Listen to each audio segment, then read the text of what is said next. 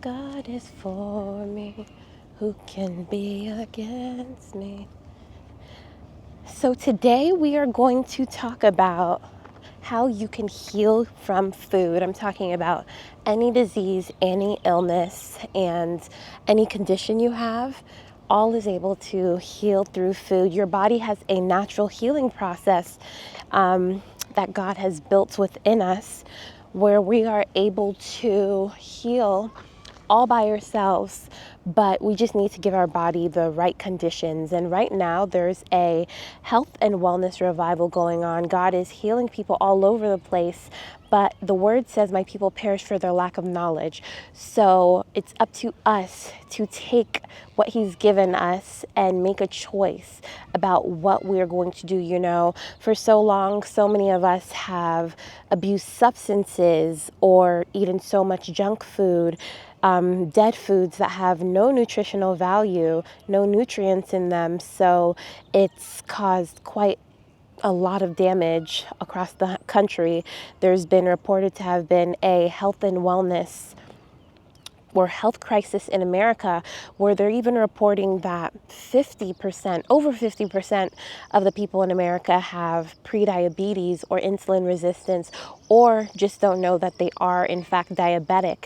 People have high cholesterol, they have high blood pressure, and all kinds of other illnesses, whether they know it or not. And you know, it's really affecting the minds of people. People are chronically depressed. People have excessive brain fog, and they can't really do much, you know, because most people stay inside all day scrolling through their phones on the internet.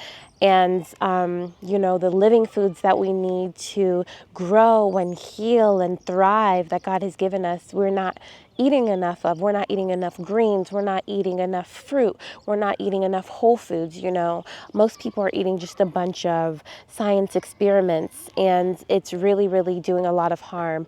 But you know, because people are really down and out, God has given me the tools to teach people how to heal through food, all from the comfort of their own homes. And yes, God wants us to eat healthier. And, you know, right now there's a health and wellness revival, like I mentioned before. And, you know, this healthy way of life, eating healthier, working out, and doing what's good for the mind, body, and spirit, it's going to become a way of life. This is not just a trend or something for the moment, because so many people are sick.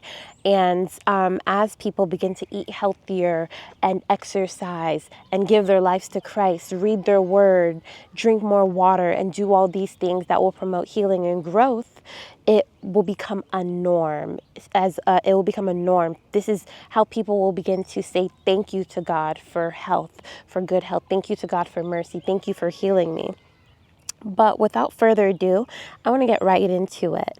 So, you know, this diet is a whole foods anti-inflammatory diet, and it consists of animal proteins, non-starchy vegetables, nuts, seeds, herbs, and fruit.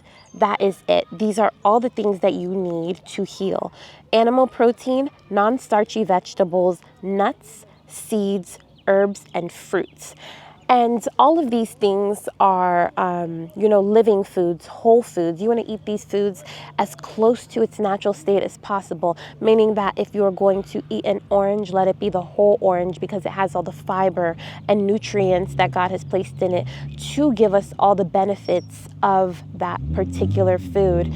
And, you know, when it comes to fruit, if you have insulin resistance, or are pre-diabetic, or are diabetic, or you have any kind of neurological illness or mental illness or cancer or any other disease that thrives off of sugar or foods that have hidden sugars, then you want to stay away from fruit until your body can take it, until you are healed. And, you know, because when the body is sick, then sugar can be inflammatory. But until then, if you don't have any of those things, then fruit is okay. So remember, animal protein, non-starchy vegetables, nuts, seeds, herbs, and fruit. These are the foods that you want to eat.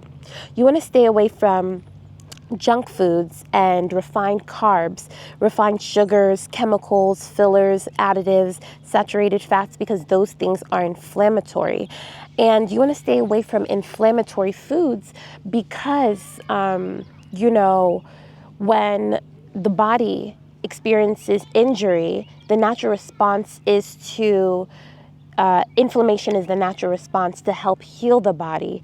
But if the body stays inflamed, meaning that so many inflammatory foods, so many things are happening to the body that trigger inflammation, if that inflammatory switch stays on, then it turns into chronic inflammation. And when chronic inflammation floats around the body too long, then it then turns into disease. But the good thing about this process that we know of the steps from inflammation to chronic inflammation to disease, is that it also works backwards when we want to heal the body, meaning that if you eat anti-inflammatory foods, then it turns off the switch and the body now has the right conditions to heal, because it's not so focused on fighting illness, and it can now focus on healing the illness and disease. And you can experience the benefits of good health, like you can have a pain-free life, you can experience less brain fog, and you will have high amounts of energy, which is what I love, because when you live a life where you're not really taking care of yourself by eating so many inflammatory foods, junk foods, stuff that make you feel sleepy, tired, depressed all the time, then it's just not good, by God's grace, most of us has experienced good health in our youth, and just being a kid, running around, being filled with energy, not worrying about illness, disease. It's just something that a lot of people glorify and, remember and just smile thinking about how much simpler life was back then. But I want to let you know that just because you are in your 20s, 30s, 40s, 50s, 60s, and upward doesn't mean that you cannot feel good. God has given us the way that we can thrive and grow, but we just need to decide on what we want to do about the state of our health. This is a blessing that He's giving us in this time. So I advise everybody to take this opportunity to make the right decision.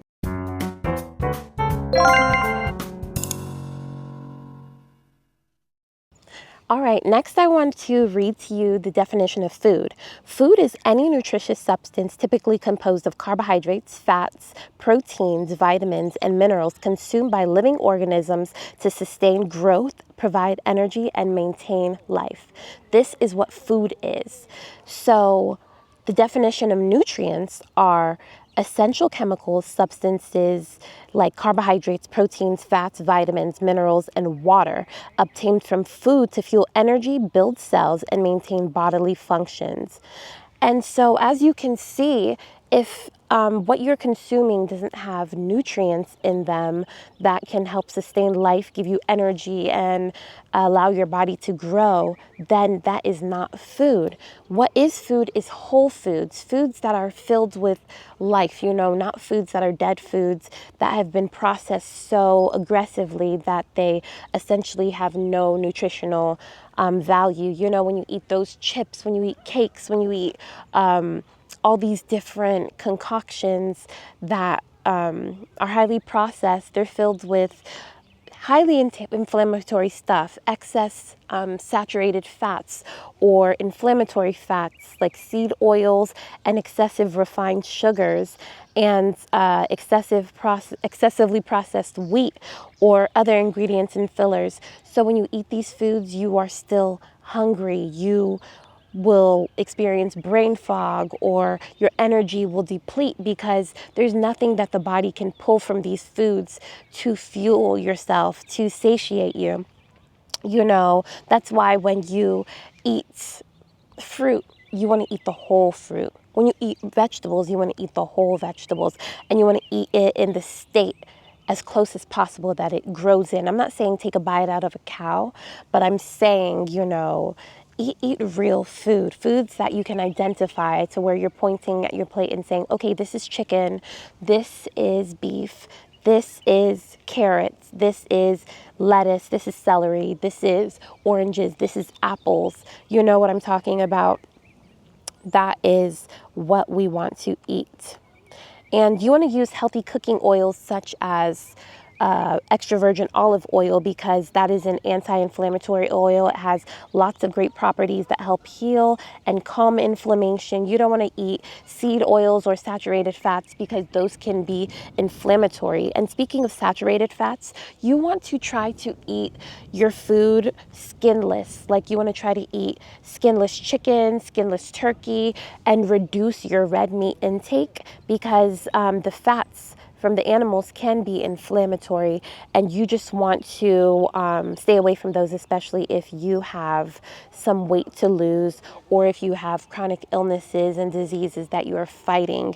You want to reduce those until you have lost the weight. Then you can probably eat those in more of moderation. And you want to use healthy cooking methods such as steaming your food, or pan-searing your food, or baking your food, boiling your food. You know, you don't want to use cooking methods that can be anti-inflammatory to your body. And you also want to season your food with herbs, with fruits, vegetables, or, salt, pepper, seasonings that don't have additives and all types of fillers in it, or MSG, because those can be inflammatory. And, as we go through different episodes, I will be having a cooking show where I'll show you how to cook foods in a more healthy manner, and also give you nice recipes that will ensure that your food comes out delicious so you can enjoy your nice and healthy meals. So stay tuned. And next, I want to talk about, selecting your produce and food. When you buy your food, you want to aim for organic foods, grass-fed foods,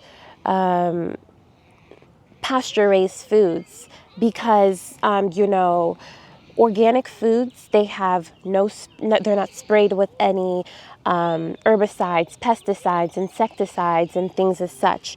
And the animal proteins aren't injected with growth hormones or antibiotics.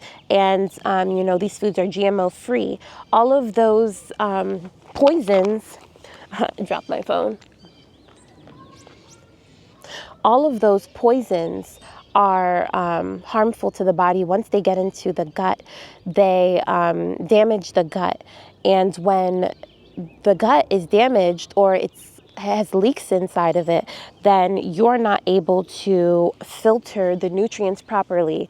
And all those excessive stuff that is supposed to get filtered out of your food enter your bloodstream. And the blood has an important job where it takes the nutrients from your food and it pulls all the nutrients to different parts of your body, so that you can so that these nutrients that different parts of your body needs can be distributed well, and, give your body the right things that it needs to thrive and grow. But when you have all kinds of different things floating throughout your body, then that can also be inflammatory. The Bible says the life of the flesh is in the blood. So with everything that we eat and put into our mouth, we have to ask ourselves and make a choice and decision. Do I want this floating through my bloodstream? Do I want this in my body?